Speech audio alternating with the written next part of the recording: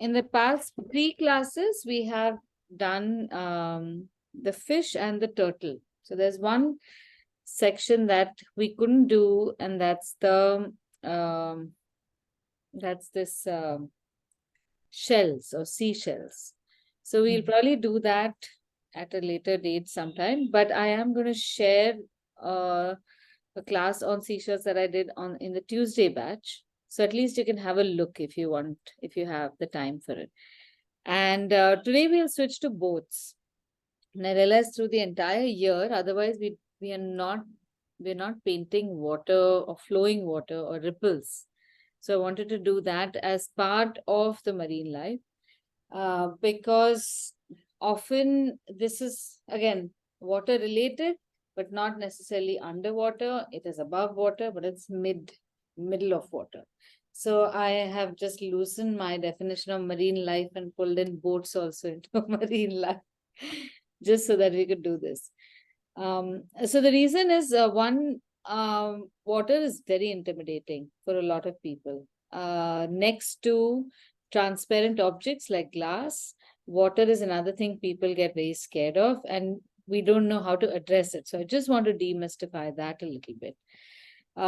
Secondly, very often water becomes a very interesting topic in its own right to use for illustration. So say you're making your a landscape painting which has a water body.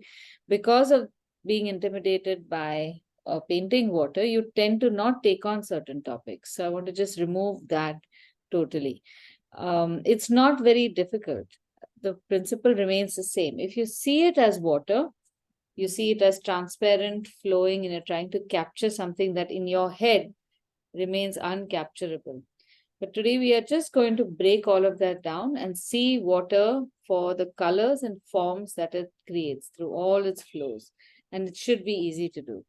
So let me share the images that I have shared with you on the group.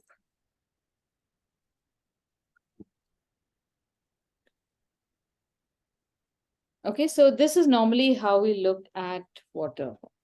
We will see, or boats in water, we'll see a beautiful scene. We will have by now, I'm sure you will be able to figure out how to paint the backdrop. So it's a fuzzy, foggy image of land, some foggy trees, some light on the right. But the moment it comes to the reflection of the boat, or even the boat you would be able to make. But when it comes to the reflection, you just feel, how am I going to draw a reflection? But if you turn that around and say, okay, what do I see? You don't see a reflection. In fact, you're not even seeing a boat. You're not even seeing a fuzzy image of trees in the background. You are seeing colors and you're seeing forms. You're seeing edges, which are sometimes, in some places, they're sharp. In other places, they're not sharp. So just change all the information in front of you into words, put it into words. So when you do that, what you start seeing is there's a little pattern happening over here on the left, where you have light gray and dark gray stripes. Towards the back, they are much denser and closer together. And as they come to the front, they are becoming more distanced. When you come to the boat, it's a darker gray color in the water. And you just have a wobbly line on the side, a zigzag line on the right, and then other zigzag lines. And I'm sure if you think of it like that, you know you can make a zigzag line. It's not impossible to make a line that goes in one direction or another. It's not impossible to make the shape of this, the bottom of the boat, and color it dark and put these stripes in. That's all there is to it. Now, after you have distilled this information, you have to be comfortable not screwing this up. Don't try to do anything more than making that zigzag line. That's it. Don't try again to say, okay, I'll put a little more design, I'll make it more perfect. We are not going to do that. So there's two things. One is the information that you get. After you've got it, just stick with only that. Just don't try to do anything extra, because that is the other danger that you fall prey to. And it just comes from an over-caring brain that tells you that no, this does not seem right. We should be doing something more, but it does not know what more. It cannot know what more. So this will become clear as we go ahead. Okay, here's an interesting frame where you see very little of the boat. It's just the base of the boat that you see, but right on top. And many of the details that are above the boat are seen only as reflections. So you don't know whether these are straight lines, whether it's a mast, it's a central mast, or it's some kind of truss that has lifted something. It's nothing. It's just lines. This is what you should be seeing in the reflection. So here, if I put sorry.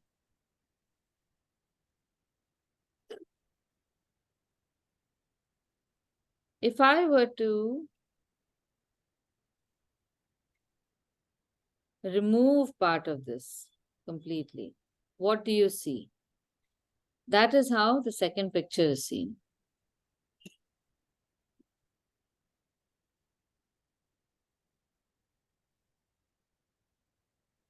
Now here is a third picture. It's quite interesting, where you have a man on a boat, not too many details on the boat, very lovely reflection, and no no man in the boat in the reflection at all. So here, this picture I've given so that you can edit the man out completely. We can just show, today we are not doing people. And his form is not significant either on the boat or in the reflection. So you can just omit that shape and draw the rest of the shapes. And then the reflection of the boat is so beautiful. Again, there are multiple shades, colors, lines, and there's just more or less zigzag lines. And then the third picture here is of just water. I have a feeling that this already is a painting. Just a very well-made painting. And you can tell that when you see this part here, the white shiny lines on the right. When you look very closely, you see that the lines are not perfect. These look like strokes.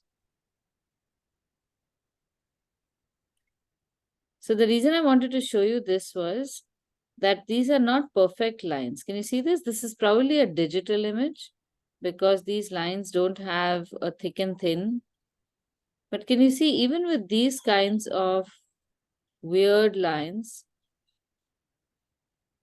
the illusion of water is still complete. See this? So it's just color, form. You have, second.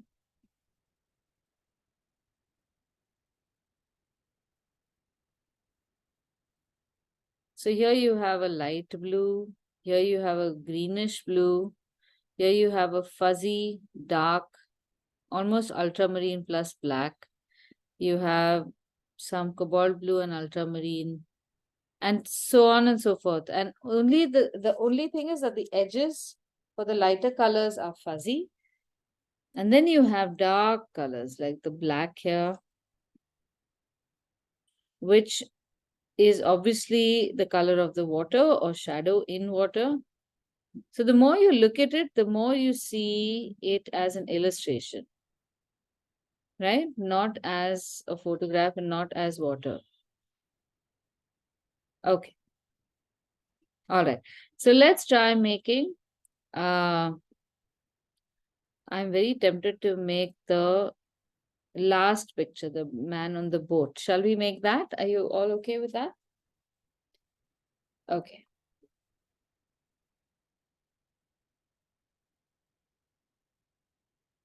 Wait, before we start drawing, let me again help you draw it and proportion it out.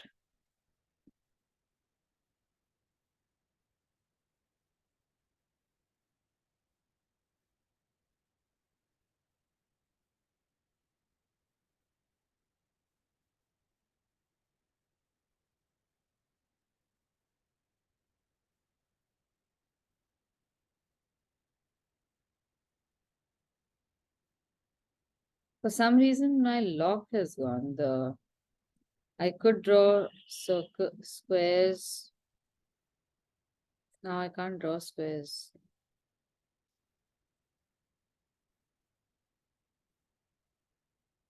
Okay, here's the best of my ability, the proportion of the picture. So it's a 3:2 image.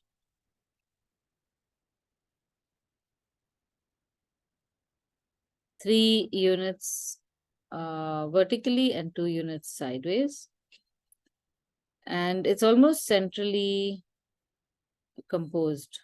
So I'm just drawing a grid that is simple enough for us to then draw everything else. This is at half.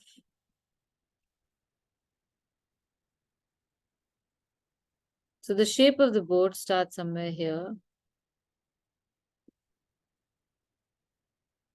And it's exactly the same on the other side.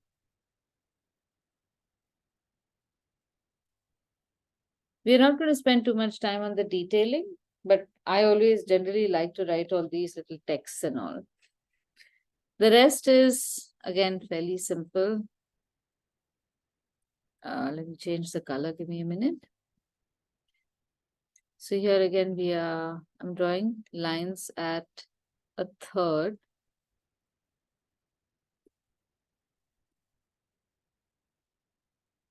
This would be about 1/3. And here, if I were to draw 1/3, this is what I would get.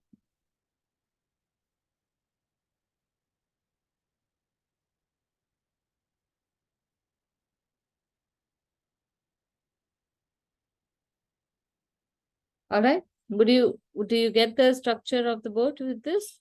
I'll share an image of this also as a screenshot, so we can use it to make the basic drawing.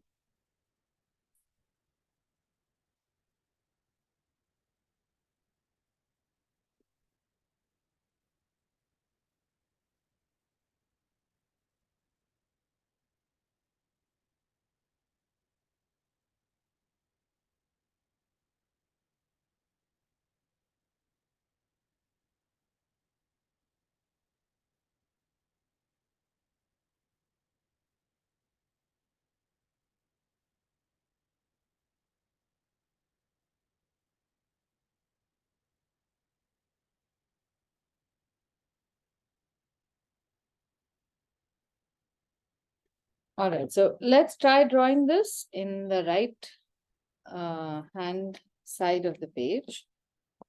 And keep a little space on the left as usual to test colors and maybe some textures and combination of colors.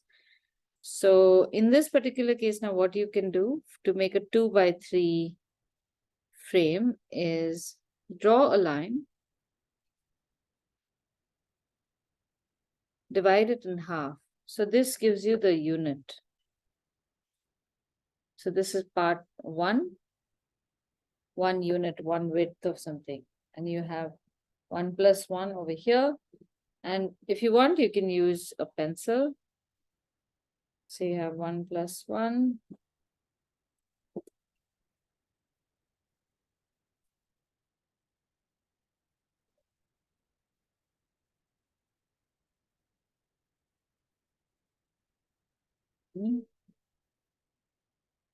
Two, oh, gone ahead. So I'm shortening it.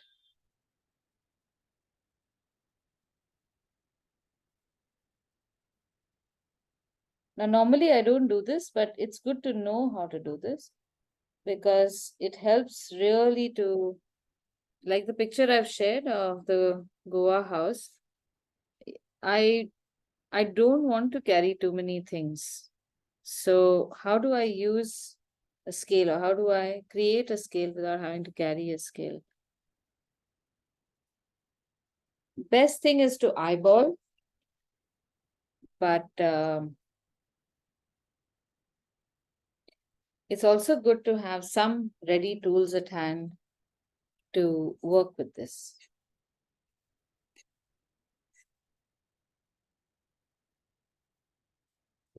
Okay, this looks a little too narrow to me. So I'm going to extend it from the left. I'm looking at the reference image and giving myself,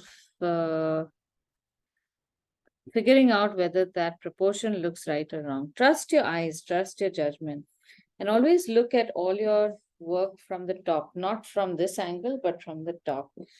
Because when you see dimensions from a side, even if it is just instead of here, it's from here, things change, proportions will change, and you don't want to do that.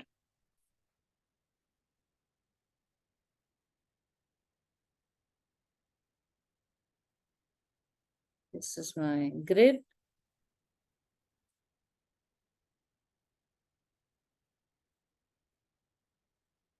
Divide in 3 over here. And in places where you don't need the grid, like over here on the right, there's hardly anything. Don't draw extra lines. You don't have to complete a grid. You just need lines wherever you need that information.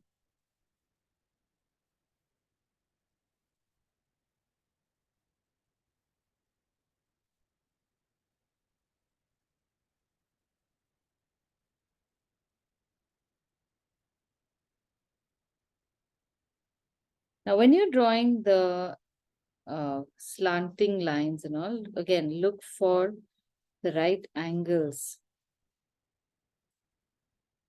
And as much as I'm trying to show you that there is some symmetry here, it's not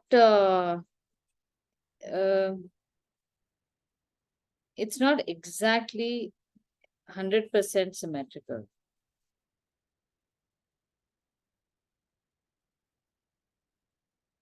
The lines over here at the edge are not straight. You will find that there's a bulge here, and it goes straight and then bends downward a little bit. That often either down or it bends up. That shows the roundness of the boat. So also this red line over here. These little things are absolutely essential. These little things make the boat look the 3D that we're trying to make it look.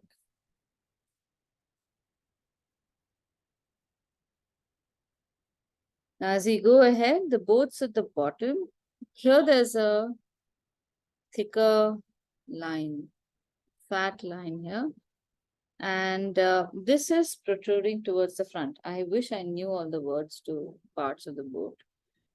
And you'll notice that there's a blue line at the bottom, where on this flat panel or the edge of this piece of wood, you find a flat blue line, and a little above that on either side is where the blue line on the boat begins. This little bit of information will show us or the viewer that the flat edge of this plank is protruding forward. And because it's protruding forward, its blue color edge is just a few lower than the blue on the boat itself. So watch out for all these cues in your reference image. Then we have the black. Although on the on the left, we don't see this black line. In your sketch, you should draw it so you can evaluate its role in the picture and how much you want to emphasize it. Sometimes making some details more visible than they are visible in the picture can make your sketch more compelling. See, in a photograph, because it's a photograph, the artist does not really have to convince anyone about 3 dimension. You see a boat, you click a boat, it's done. But in illustration, it's all about convincing them about something, and you're starting from scratch. There's nothing given to you.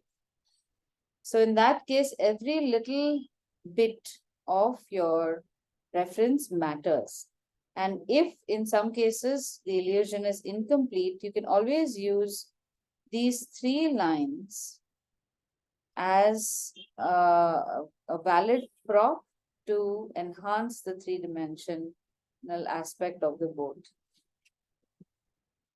So this is something I often keep saying. As artists, we have control over what to show, what to color, depending upon what is being said by our pictures. Now notice these buoys on the side. Don't draw it, don't draw one and then repeat the same on the other. That makes for very bad pictures. The ones on the other side will definitely be slightly longer, at a different angle. And then there's also some overlaps. I tend to remove some of the clutter from boats. I don't like boats which are very cluttered. So I might have one. I have no idea what the significance of these two are, but yeah, maybe I'll just make two here because I'm not a fisher person. But I think this is for reeling in nets. And it's very possible that you can't do it with just one spool. You need two spools. So I'm not going to act over smart and remove one spool and make this a completely non-functional fishing boat. But on the right, there are some boxes which are very random. Over here, there's some plastic or something which I absolutely hate drawing. So I will remove that and keep it clean. I don't think that should matter. If there was netting over here, sometimes nets can also look very ugly. I don't like them.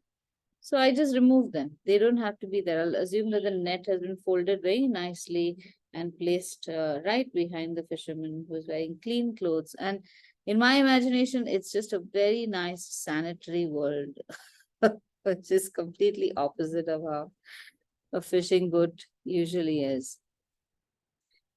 See, over here at the front, there are a few lines which are disrupting this lovely flow of the boat. So I'm going to remove it. And since we are removing the man, there's a, we can also remove the controls of the boat. We don't have to keep them.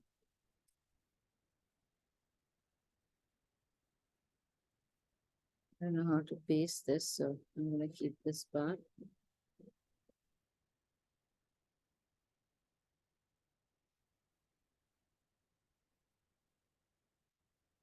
Now at this stage, just draw the shapes that you see. Don't zoom in to the picture reference image to try and draw the basic part of the picture of elements. After you have drawn this, then you can zoom in because and draw the remaining details that you're confused about. Because if at this stage you zoom in, you mess up proportions.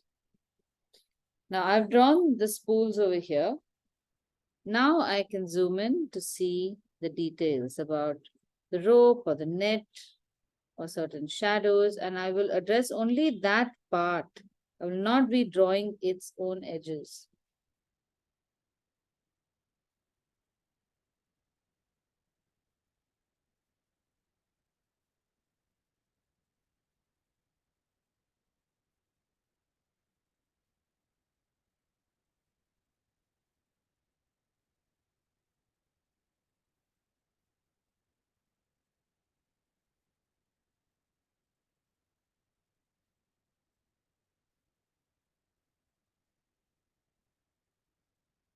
Okay, now my boat is done, and I'm going to get rid of all these extra lines.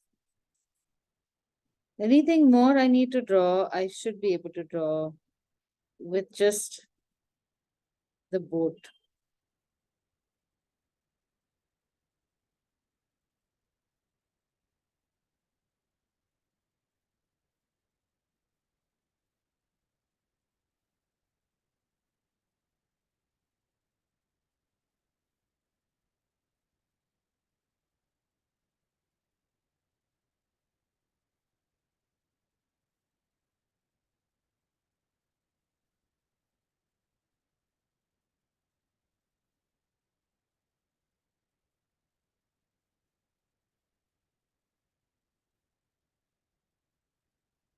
Now here we are going to draw a few lines to indicate the boat. And I want you to just see this. Is everyone done with the boat? Because I can wait till you finish drawing your boat and then we will draw the reflection together.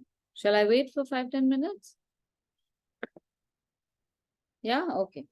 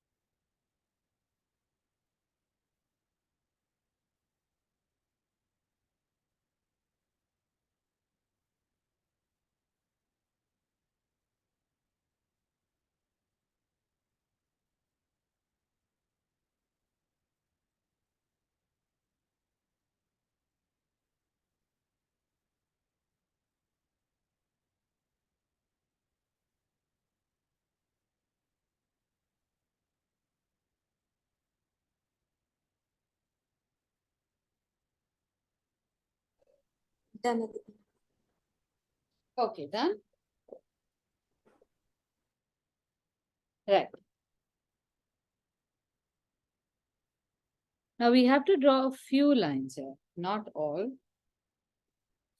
One is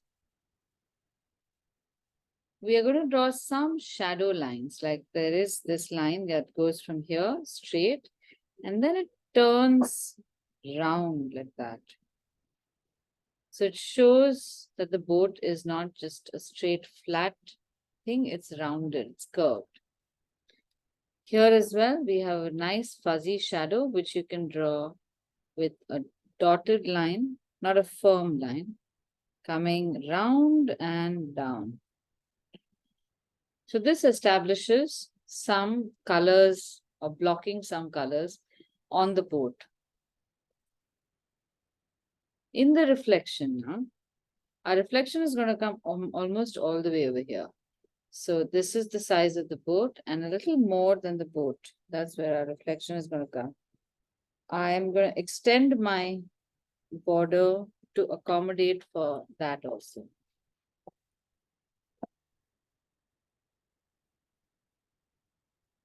Now we don't have other distractions like background or anything in the background to draw away from the picture of the boat. So the focus of this illustration is going to be in the bottom half. That is our composition. So we are going to draw the following.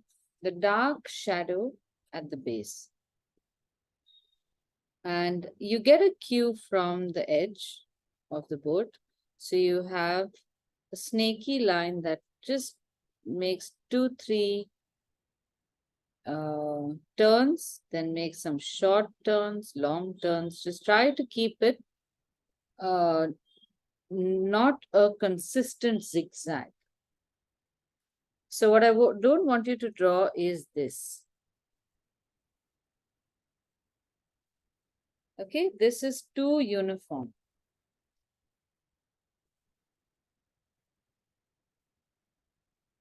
Now from here, I will draw.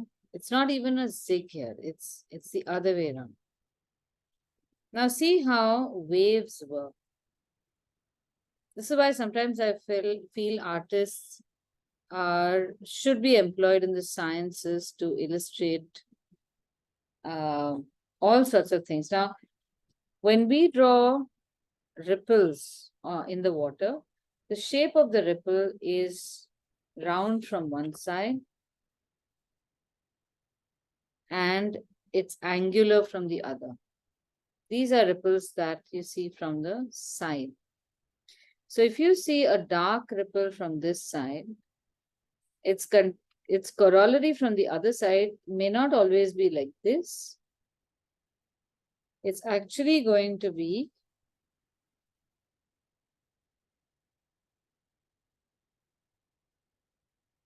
this part, which is what we've drawn. And we often draw this part, which is here. So our dark part on the left is going to have rounded lines, but on the right, it is going to have the opposite side. What is happening on these edges? This is a minor thing. It's more that I'm fascinated by it. You don't have to be. But those are the few things that when you see a photograph and you notice it and you draw it, it makes your illustration more believable. All right. Now continue in the same way where we will add a few more things, a few more lines. And again, the process is the same. You make a few lines which are short zigzag, make some long zigzags, but keep an eye on how far the line is going. And is it distorting too much? And whatever its distortion is, you have to just draw that part. Remember, we are drawing a reflection. So if your lines become too, something goes wrong with your lines, it won't be too difficult to see this not as a reflection, but as if the boat is melting. Because a melting object also you will draw like this. All right. Give it a shot. See what you come up with. I will stop my commentary for now. And I'll just let you observe the shapes.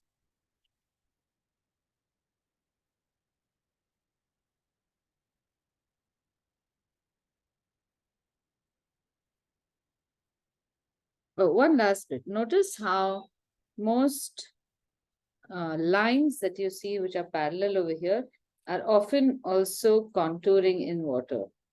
If you see a parallel line here, you will see that many of their curves are, they're not exact, but they are following the same curve. So I can just easily draw this inner line curving in exactly the same places. Sometimes it'll curve a little more, sometimes it'll curve a little less, but more or less it's the same.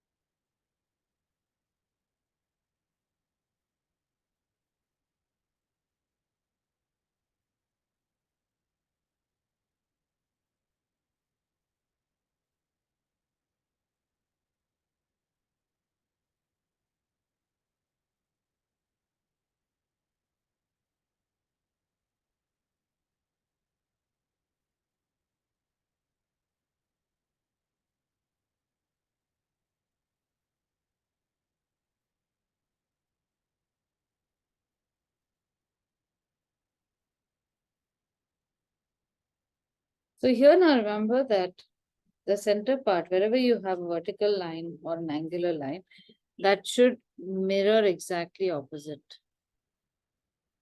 So this line, if it extends to that side, it's going to make the picture look wrong. So now I'm adjusting my picture to accommodate that central color.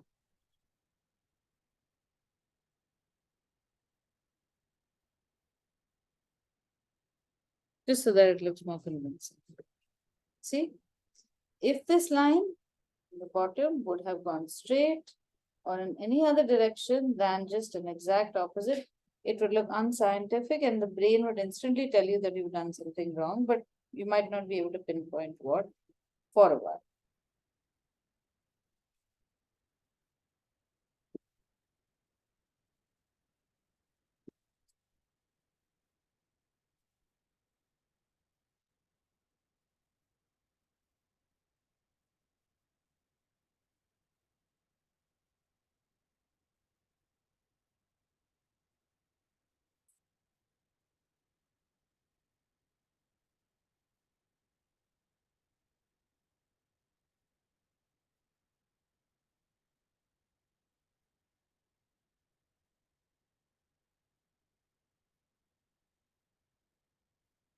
Now I'm removing the edges or borders.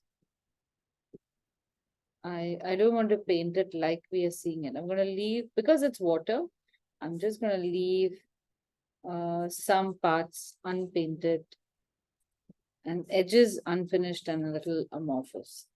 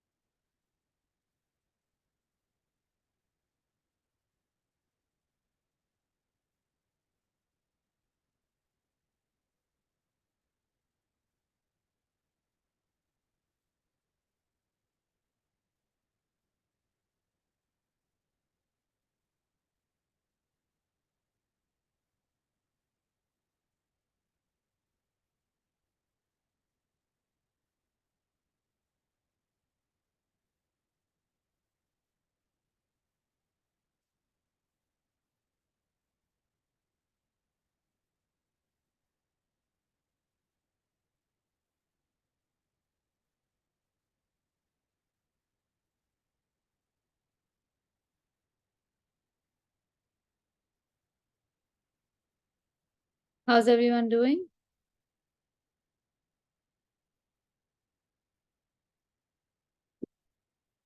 Okay, shall we start painting?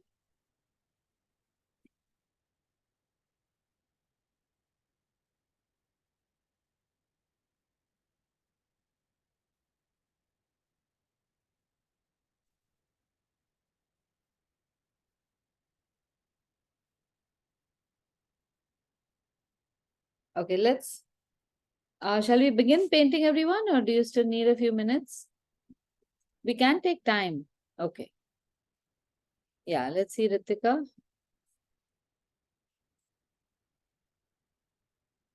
Nice. So, Ritika, there's no horizon over here, huh? Don't remove that horizontal line, because invariably you'll make it into a horizon. Okay, now, if everyone can take a picture of the pencil illustration as it is right now, just as a study. It'll be nice. Then we do a before, after, and see sketch versus painting.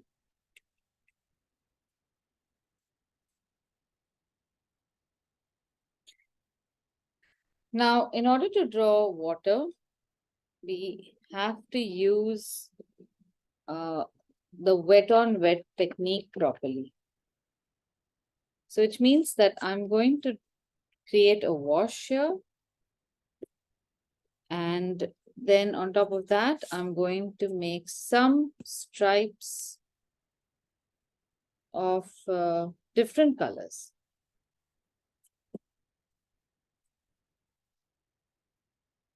And this part, if you lose some of your illustration, it's fine. Don't get too upset about it. And if there are some places where there is white that we need to add and you can't add it, becomes dark, don't worry about that also. We can later on use color pencil if we want to enhance it. Don't fret about it. So I want you to just keep your pencils down. Don't paint with me because this part you need to do really fast. And I want you to do it without having to look up and down and up and down. So don't paint while I'm painting. Just observe certain things.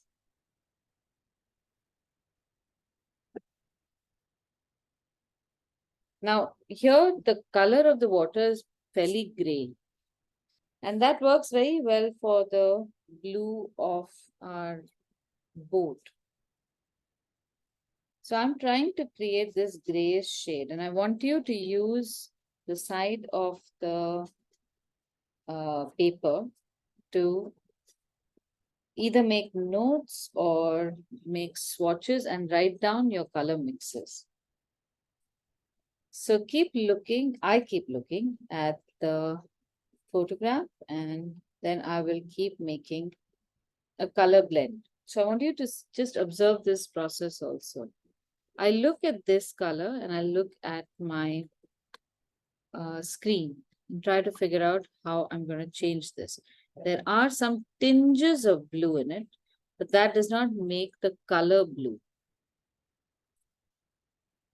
Now, I don't want to necessarily stick to the bland sea color, but it might just help me give a nice base tone. So here I've used a little bit of yellow ochre. This is going to make my color greenish. To that, I've added a little bit of light red to keep it slightly warm and cobalt blue. With every color addition, I need to keep in mind that I have to remember this. Now, this is becoming fairly dark. If I were to make a wash of this, how would it look? So I'm wiping most of the paint on the rag and I'm putting it down.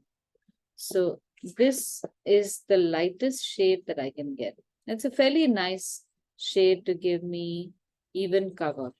And this will be the lightest reflective shade that we have.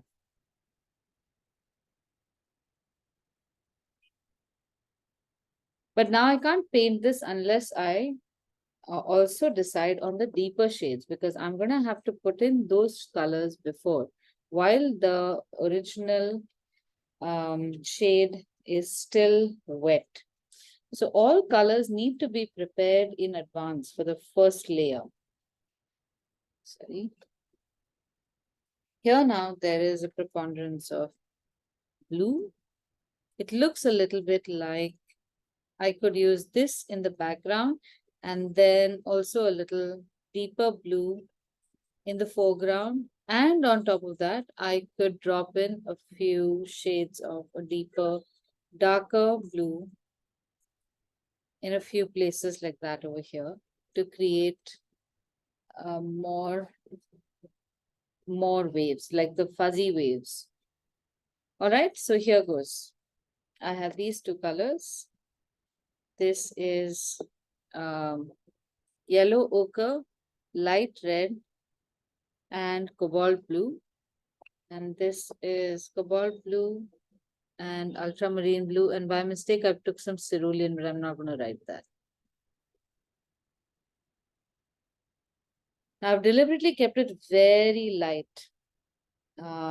when you become more confident, when you've done enough water paintings, then you will be able to make the colors much deeper. And I've identified almost like an oval shape over here in which I'm going to apply this color.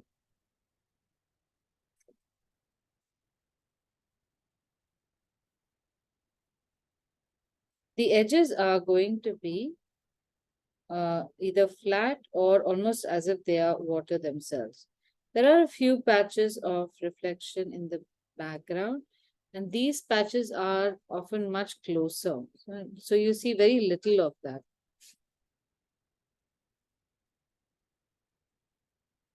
In some places, the colors dark enough go over these details. You don't have to necessarily keep them visible if it's going to become a dark color any case. The boat is largely white, so I want to avoid painting that. All this is fairly dark, so we can paint over this. There's a reflection over here, which I'm not going to paint, but everything else is going to be painted. And here I'm painting this because I want to give it, I'm basically just wetting it. And in this, I'm going to then drop in the next color. So I now am adding the next color for wetting of the page as well. So as I come towards the foreground, I have less of this dull color, more vibrant blue color.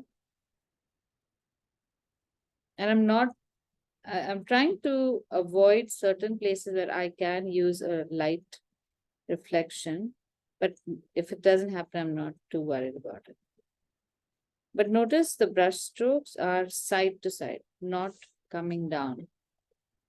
So I've created a lot of wet over here. Now I'm going to carefully drop in a few wet strokes, just like that. So they should not be one below the other. They should not be the same size. And they should disperse.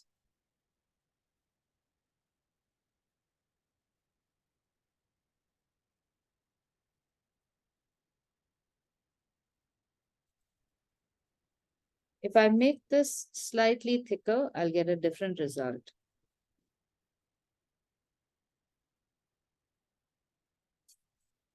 And if I wait for the color to dry a little more, I'll still get another result. So as the picture is progressing, more things are happening. I can use a little black in this also towards the foreground and create more shades.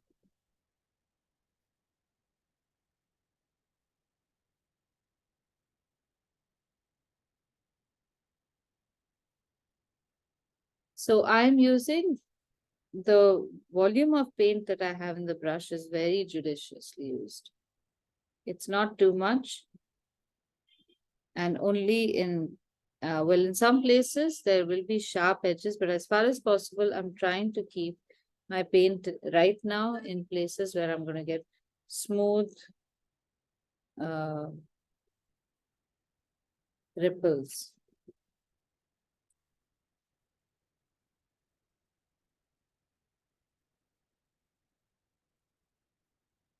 Now towards the back, we can create a very thin line and do it at this time when the color is wet, because again here you want the color to disperse a little bit. Here the lines go from, they're already thin towards the base, towards the background, sorry. But they start coming closer and closer to each other. And as you can see on the left, there are fewer dark shadows or reflections than on the right. And on the right, there's one common edge over here.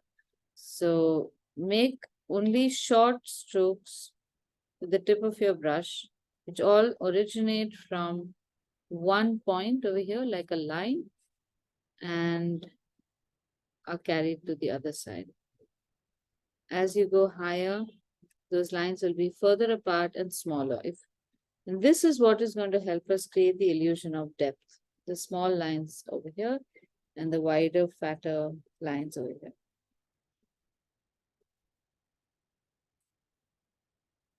Now, as this is drying, I can give another thing emphasis. I can use a lighter color to create more depth. Okay, do you want to give this a shot? I'll write the colors that I've used over here so that can help you out. And as always, if you see different colors and different combinations, please make the ones that you see. At least give them a try.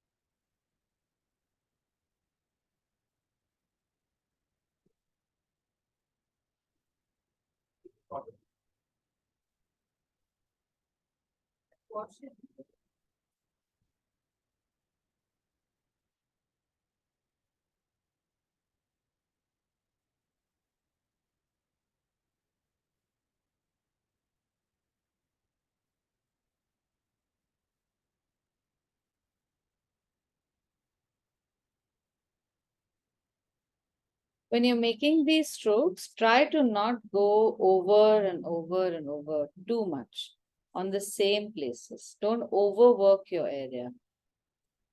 If when you are putting the paint down, you have extra color, don't try to pick it up. If the color is too dark, let it be. Don't try to blot it. Just let it be. The biggest mistake, I think the 90% mistake that people do, and what I mean by 90%, not 90% of the people who make that mistake, it's 90% of the difficulty over here is overworking. Getting the colors right is a small issue. You may or may not get it, but it's easy to correct. Stopping people from overworking or stopping yourself, forget people. yourself from overworking an area because you're not sure you've done the right thing creates more problems. That is the 90% problem. I don't know if I'm explaining this properly. So let it be. Few lines here or there and let it be. I have a student over here, a gentleman named Chris Dias, and I'm telling him, don't stop it, Chris, stop it, stop it. And so he's painting, he does this beautiful stroke, and I said, very nice, Chris, wonderful. And then he continued, Chris, that's enough. Okay, stop it, stop it. And said, yeah, I'll stop it, I'll stop it. And he's made 10 strokes after that, and he's ruined everything. That first stroke that was wonderful is completely gone. So I tell him, why are you doing this? He said, I have no idea. I put brush down to paper. I see that it has stained it, but my hand doesn't seem to realize that it's done, and it just continues like that. So I figured that it is probably because very often our tools are first either color pencils or crayons, where unless you make 2-3 lines, it makes no sense. Sometimes a drawing hand also requires 2-3 hands. And I realized that that is what he was doing. His drawing stroke is 2-3 strokes at a time. That's what his hand is used to. So when he's painting, he does not know how to make one single stroke and be satisfied with it. So though he paints really well, I think he's in his mid-70s. Short of holding his hand and stopping him from contacting the paper, I've tried everything. And then he said, I know it. I know. I'm stopping. Yeah. Never happens. There's this, I don't know, when I paint at least, I find this general tendency to feel like the more, like the little bit that you can change will make all the difference. Okay. How does that? So meaning, for example, like you think you've applied whatever paint you wanted to the paper, and then you start to feel like, but now there's a little bit left, like that little bit actually will make it perfect. Yeah, okay, that's just a little bit more, like here, this blue over here, and that little deeper. Yeah. And then okay, because we put that blue, let's little red on this side, black on this side. It's this balancing act when doing that measure. When you're balancing, correct. It's just grams, fine grams. But the many grams you keep adding, it's like that monkey, the monkey that kept biting off. Yeah. To me, it's the balancing the mustache syndrome that's often given. You cut a little extra from this side, and that is a practical problem for people who have mustaches and who have to maintain it every day. I don't think we have that kind of problem. I guess our problem would be matching eyebrows. It has happened to me sometimes when somebody has tweezed one eyebrow just a little more than necessary, and then you have to do the other one, and then before you know it, suddenly you're like Greta Garbo. You have no eyebrows.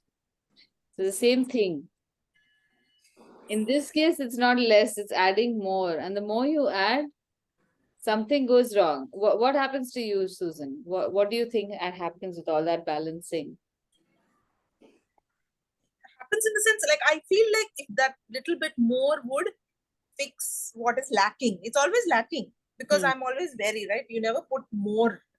Very rarely do I come across a situation where I think that I put down more than was needed.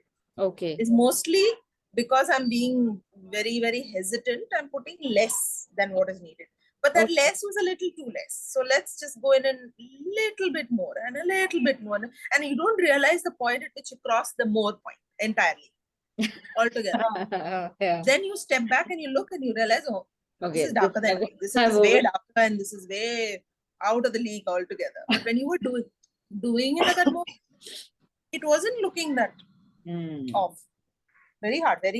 Oh, struggles. All right. Now, Ritika, go ahead.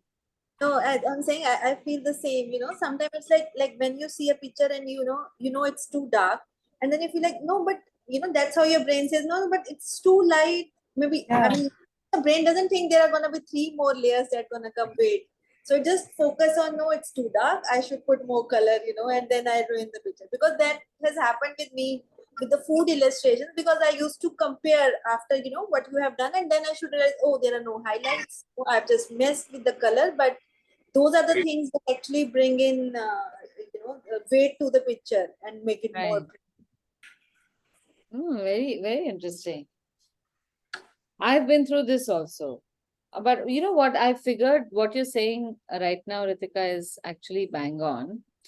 Uh, I I used to also randomly try to balance something without giving a thought to what I'm trying to do over here. So it's almost like an action consequence exercise we must engage in. That I want, what do I want, and what am I out to do? And for that, actually, we have to go through this process because we have not seen the consequences of our actions in paint. So it's like when you're walking steps and one day you slip and fall, you know that there is one step that has fungus on it, but you wouldn't have known if you've not walked on it. So this process is not bad as long as the analysis is done afterwards. So when you say, okay, I missed out on all the highlights, instantly you know that next time when I'm doing this balancing act, I have to retain all the highlights. Don't just go and paint everything black. Then it becomes an exponential learning and you've gone 10 paces forward. In my case, I pretty much accidentally came upon the analysis part of it. And it was more related to what is happening in my life that I applied to the painting. And I said, okay, it's pretty much the same thing. What do I want? What am I getting? If I keep doing this and I'm getting consistently a result that I'm not happy with, why am I continuously doing this? I have to change something. And then you start thinking of alternatives and you say, okay, black is not doing this for me. Is there any other way I can do it? And that's how I landed up using a gray or deep gray with multiple shades of blue and brown and sometimes even red. But that happened very accidentally. And I didn't even realize that if I hadn't been in an analytical space, I would not have realized how it worked and changed the illustration so dramatically. Absolutely. That's how, I used to tell myself, no, but if I have not practiced it or probably haven't drawn this now, then I would never realize. I mean, looking at a picture is different, but once you come to the paper and, you get your hands down, then only you get to know, okay, what are True. your key challenges? Correct, correct. Very true. So no lesson is bad. That's why even more, no illustration is bad. There's nothing right or wrong in art. Everything is for a purpose. You may not like it. That's a different story. All right. Now I'm moving ahead just so that this way I will stop all of you. I can still see some of your painting. And that's not good for the painting. So let's move on. Now, here we can use a brighter color for the boat on the left-hand side. And this is what I'm going to do. There's a gentle shadow from the left to the right. There's a almost consistent color over here with a little highlight on the here, on the right here. So very slowly you have to do this. Don't rush through this. Observe what's happening. I'm going to make a line along the edge here.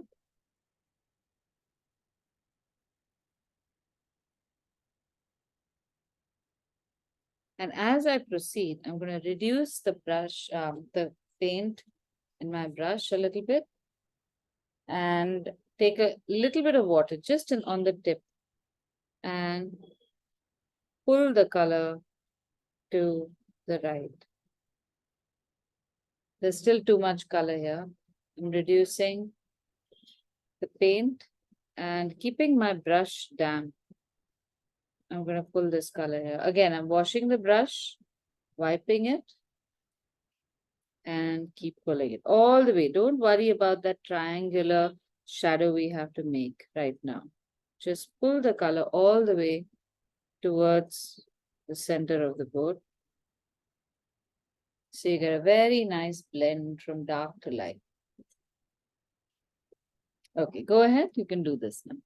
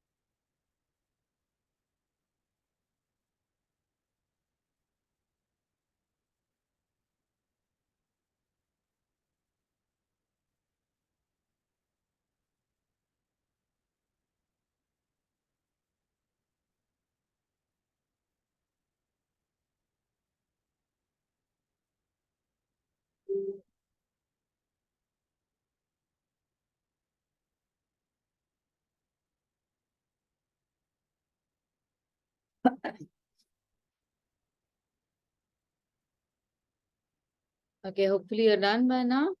Let's take the same color and make a little patch on the right. So this time the edge over here is fuzzy. So you paint a little to the right of that edge.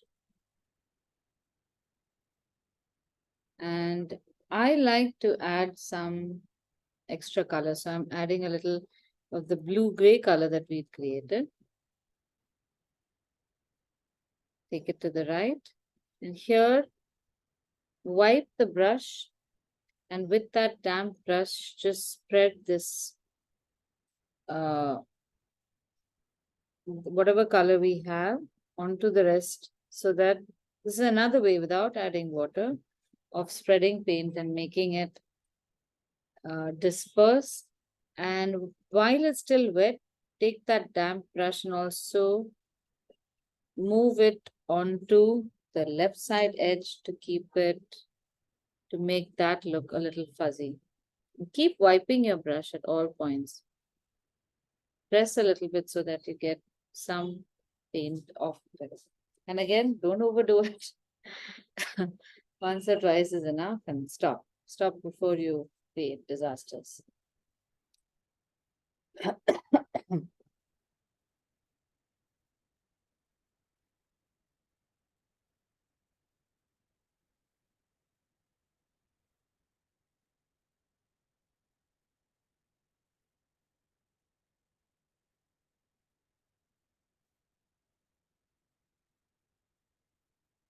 Okay, can we proceed faster? Yeah? Okay. Now I'm going to come back into this and here I can create certain shadows with a light brush, which are just along the edge of the boat like this. And each of these lines can have a fuzzy edge by wiping your brush down. Which So- color are you using, Aditi? The blue-gray color. I first made, Okay. Yeah, I first used this blue color, now I'm using this.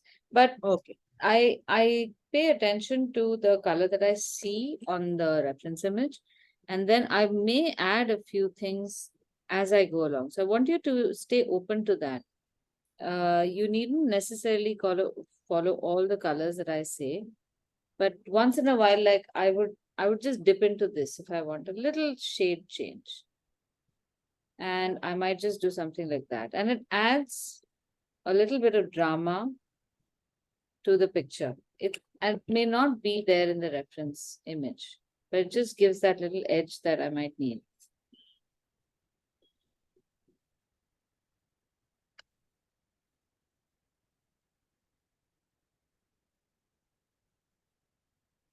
At every point, remember, if you want some fuzzy edges, you have to do whatever you need to do while the paint is wet.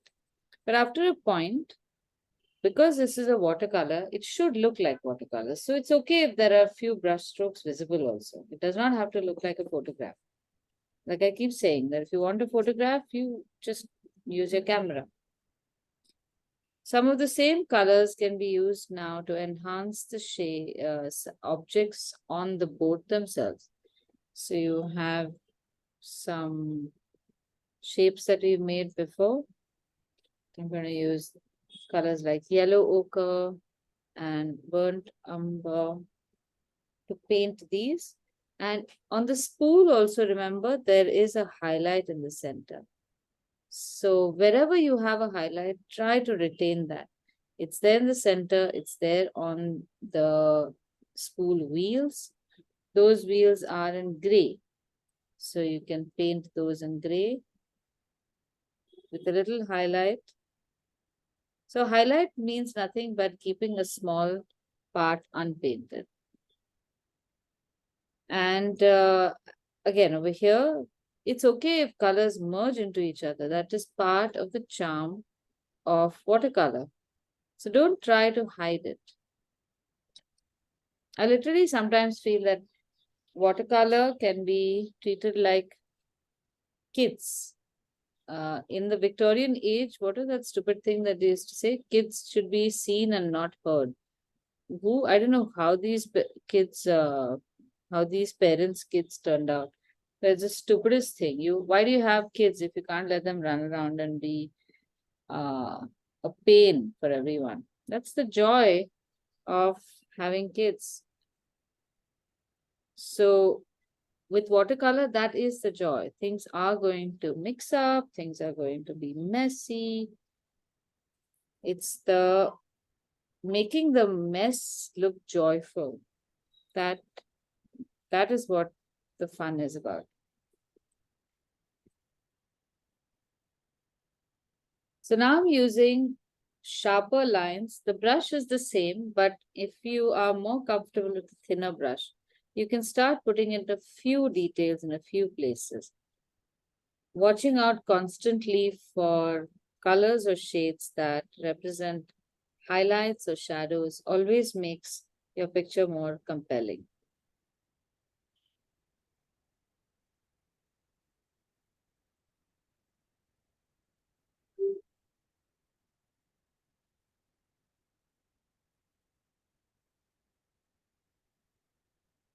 Most of the colors are pretty much the same. Like the buoy over here is, you can use yellow ochre and maybe a little bit of light red, make it look fungusy enough. Same thing goes for the one on the left, a little bit of blue-gray. And at the bottom, you can put in a combination of light red and wherever you can, try this color blending thing. It just makes the picture look so dramatic.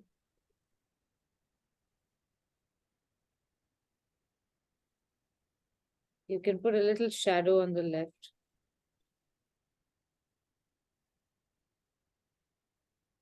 Maybe another coat of blue.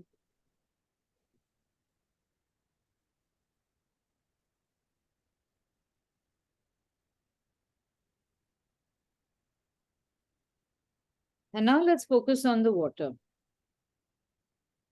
So here now we have to create some shades as the base and some shades on top. The base shade is going to be the same color, yellow ochre. And let's make a lot of it this time, a little denser. So it's a greenish bluish shade.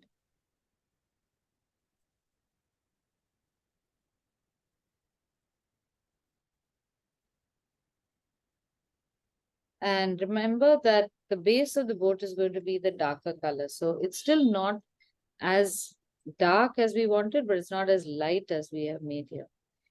And now very bindas, I want you to draw that entire reflection that we made. Remember the first line, don't think of the whites over here. The whites are not really whites. The entire edge. If you can't see it, you have drawn it before, so have faith. You will know how to draw it. At least half, come towards half, and then here you can start avoiding some places where you already have highlights. And essentially, I am just filling this color in the areas that we already painted. So here, barring this line, which is a light highlight, I am carefully painting on the entire shape.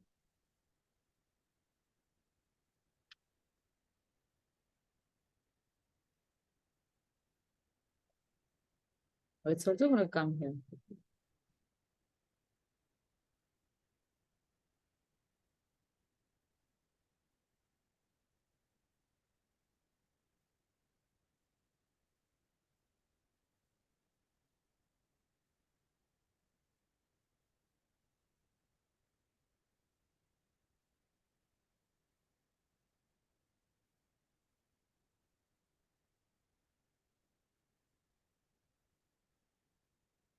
What are the colors you've used in this, Aditi? They're the same ones. This yellow, ochre, light red, and cobalt blue. I put Just a darker shade. yeah, just a darker shade, but see, because it's a compound of three colors, the shades can be varied. Sometimes it can be leaning towards yellow ochre, like over here. But here, clearly it is leaning more towards blue. Towards cobalt blue. Cobalt blue, yes.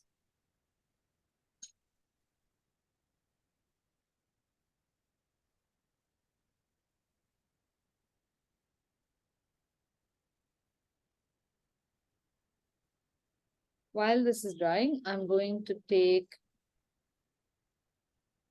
a thinner brush and use a pure cobalt blue this time, no other colors, to paint on the boat.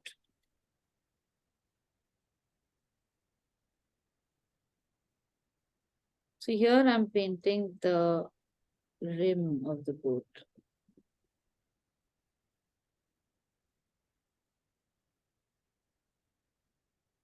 And even on this, there's this tiny part where there is a little bit of a highlight. So I'm going to leave that part on the top.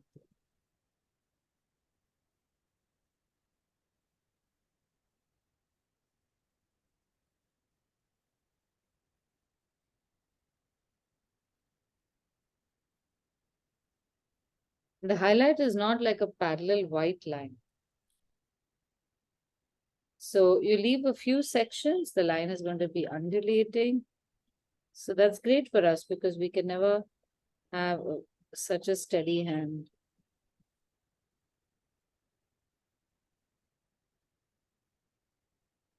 On this side, the highlight is only over here and then the rest is painted. But to make the highlight look like or this to look like a consistent highlight, you can always add a deeper color towards the bottom where over here you had the original color.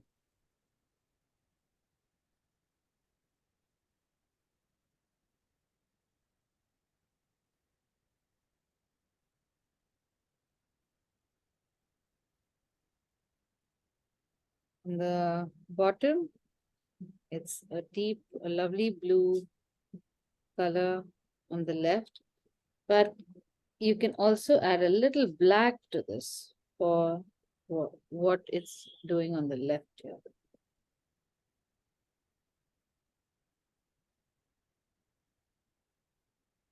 And then again, like I said, you can randomly add the next color, so long as you keep the consistencies alive.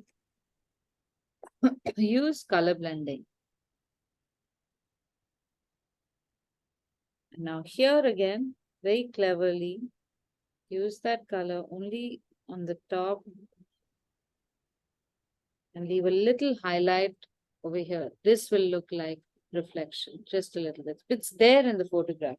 So when I'm making it, I want you to see how I'm seeing things.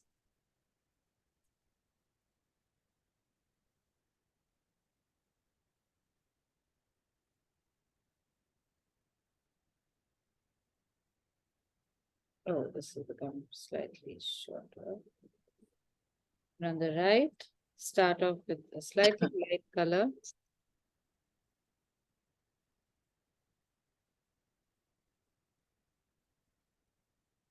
And then just pick it up, a denser color and take it inside.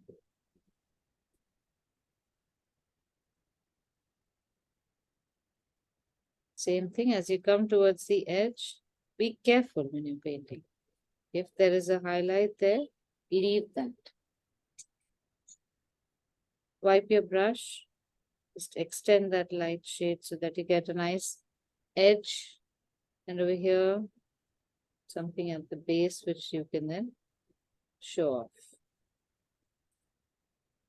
Okay, so can you see how with just these clever changes, you're able to make it look like it's three-dimensional, there's shadow on one side, there isn't on the other side.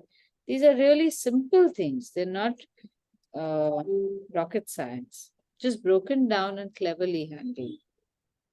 Leave a little highlight on top. Oh, this had to be a bright color.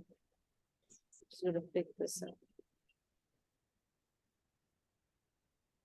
Obviously, my brush was not well washed.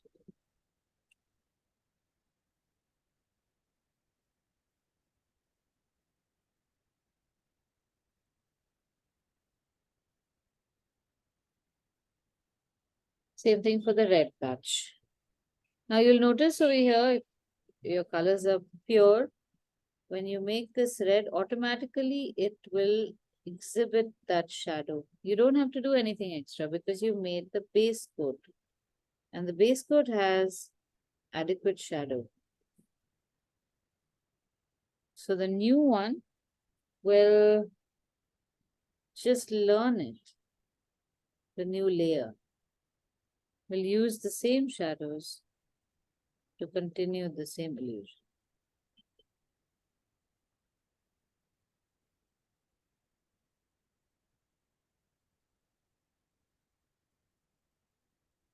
Again, over here, there are some highlights over here. So the few things that you have to keep in mind is don't make one side too thick, one side too thin. Those are the simple things we have to keep in mind. There's a little bit of rust, which you can recreate using yellow ochre and maybe burnt sienna, and just make a few messy strokes in layers. Almost like when we smudge our own color, but everything often requires layering. The shadow on the boat on the left is very important. So here again, I'm using a blue, black color right from the top. I'm going to paint it in sections.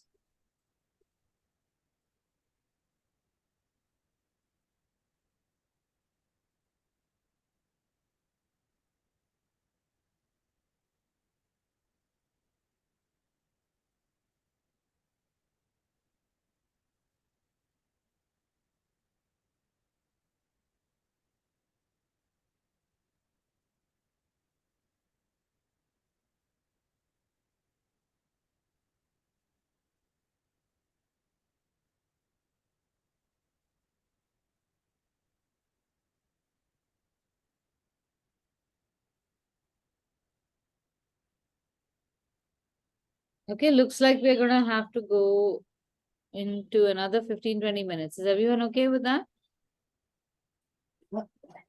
Okay. Now I can't see some of the lines over here very clearly at the base. So I'm going to redraw a few shapes because I don't want to miss the effect just because I cannot see the shape properly.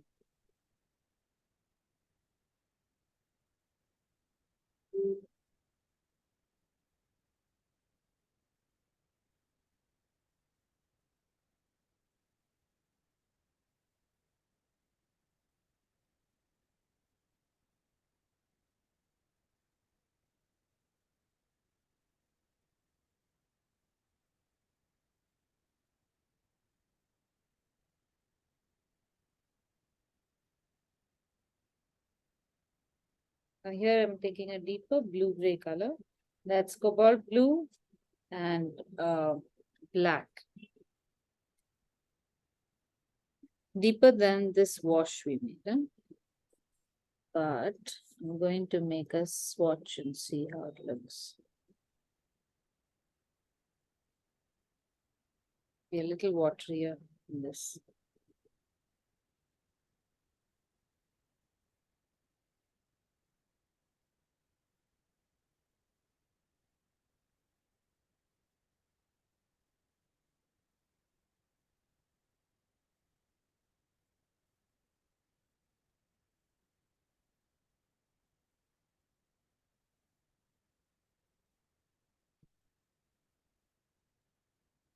At the same time on the right hand side, there's a lighter blue.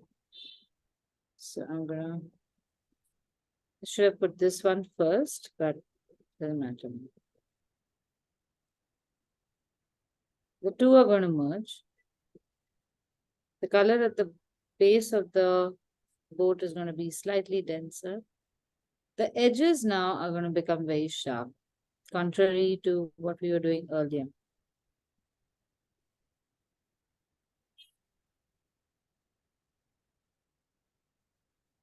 And carry that same thing to the other side. Deeper at the base. Little highlight at the bottom here. Everything else. Now there are a few white lines you'll see on this, which you can always make with pencil or another pen later. A white pen also.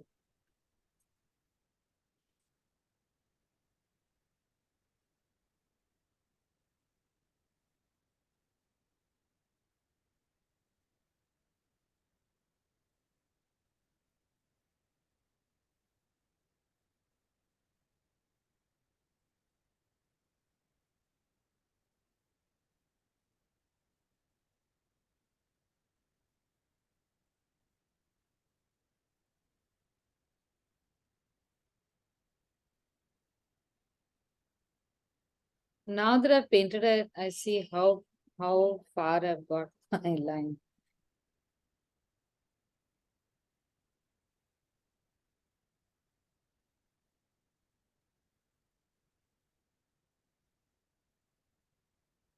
Now there are other patches.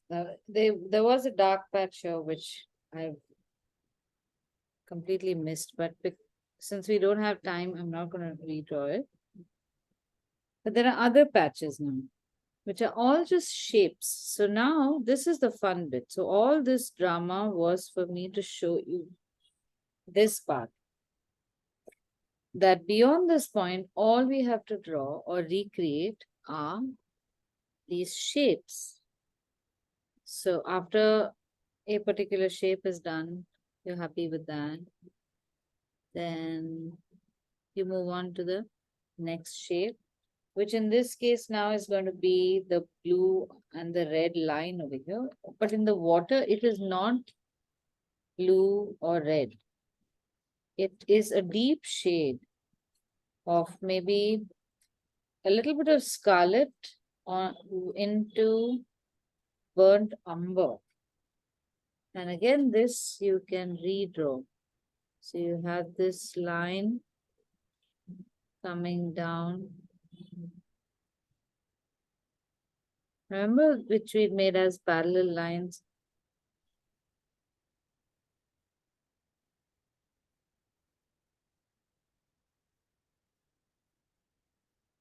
Here I can see some.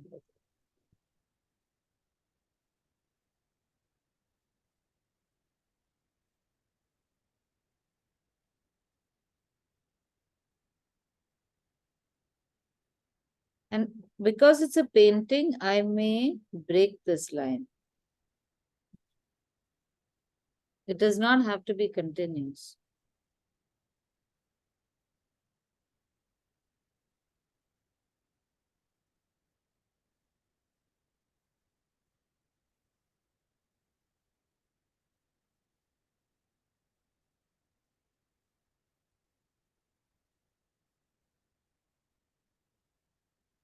And steadily, we are just increasing these interesting shapes.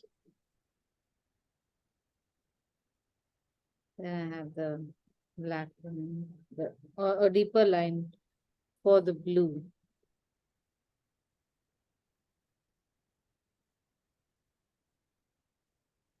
And this can be a much more firmer line because this represents the boat itself. Now, in some places, this is an interesting effect you see. But I just want to show it to you. You don't have to make it.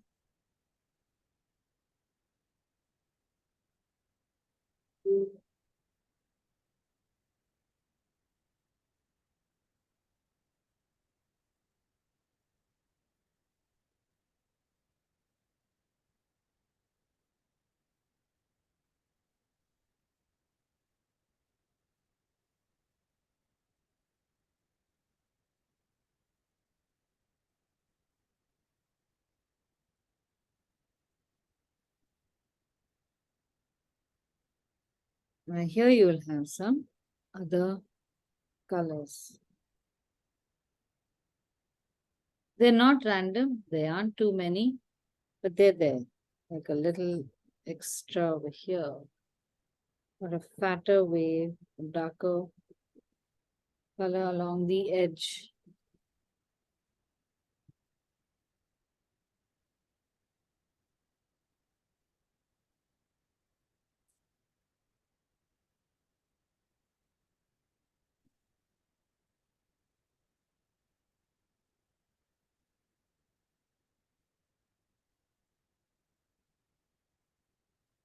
Okay, is everyone okay with this? Do you have any questions? Because I think I have another class coming at 12:30.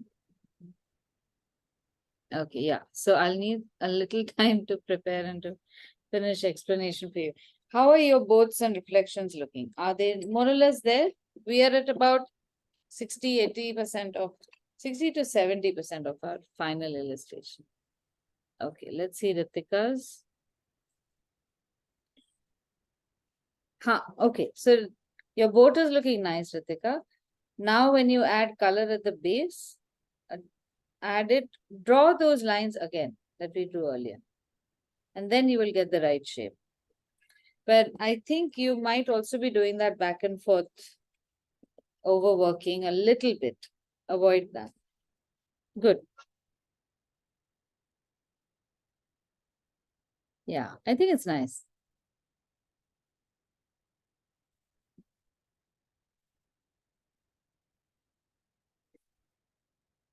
So we need to get the right amount of compression in our picture. You will have to work slowly and slowly, but again, very important, please keep looking at your reference image. Don't forget to keep checking that. As much as now, I realize that you are in a different position from me. I have only the reference image to look at. Very nice, Zai. I think you're going in the right direction. Very good. Thank you. Right. So you have my picture to look at and also the reference image. So you don't know at what point should you look at the reference image, at what point should you look at what I'm doing. So I would say what I'm doing is only for you to observe what has to be done. Where you have to do it comes from your reference image or observing your reference image. So precisely where, when you are making your illustration, is a reflection, is a color, because eventually we have one common picture that we are all trying to recreate. You know? That information is not changed. So you get to see what I'm seeing, how I'm interpreting it. And you can for the moment replicate the how, but you should also pay attention to what and where. Okay. All right. So can I leave you to complete this? Let's see Susan's.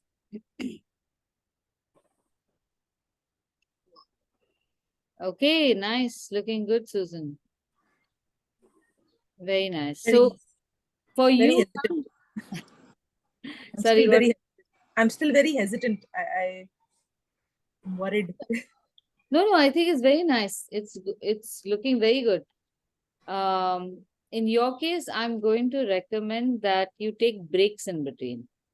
Hmm. So at this point now, don't do anything. Just walk about and come back. Yeah. And then whatever you need to do it only for maybe 15 minutes. Yeah. Because I don't think you need more than that. By that, you have such short time that you will only do that which is most important. Yeah. Then you move away. So just try that for a little while. Yeah. The process of creating a painting should be part work and part observation. So in the beginning, you have observation, then you sketch, then observe, then you paint, then observe. So it has to be equal constantly. When we start painting, or even when we start drawing, we think that has to be 90%, and we don't step back. We very rarely step back to look at how everything is coming together. Okay, you step back, you see everything is coming together. I got some lines, but how do you know whether you've got the right lines? So for that, again, you have to step out of your zone, go and see something else, just watch something else for 10, 15 minutes. And then when you come back, see, you have to have you have to have some new information. Some line you see differently. If you don't, then your refreshing has not been complete. Then again, spend some more time. If it's looking exactly the same to you as when you left it earlier, then your brain is still holding on to the earlier information. So do something else, come back half a day later, observe again. You'll see something else, you'll make a new adjustment.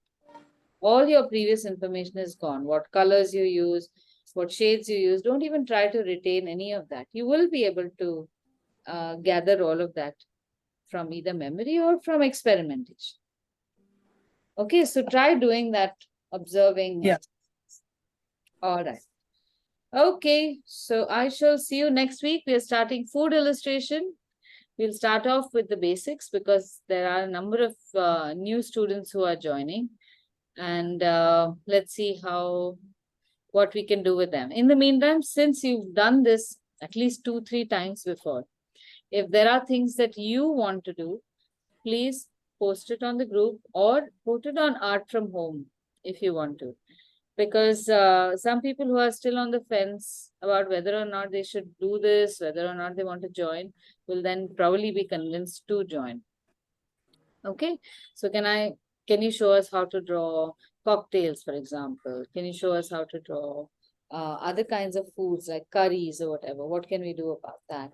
Then we can take that on in the last 2 sessions in September, at least. In the beginning, I'd like to go through some basics. Okay, all right. All right. Okay, see you next week. Bye. Thanks, Bye. Bye. Thank you. Bye. Bye.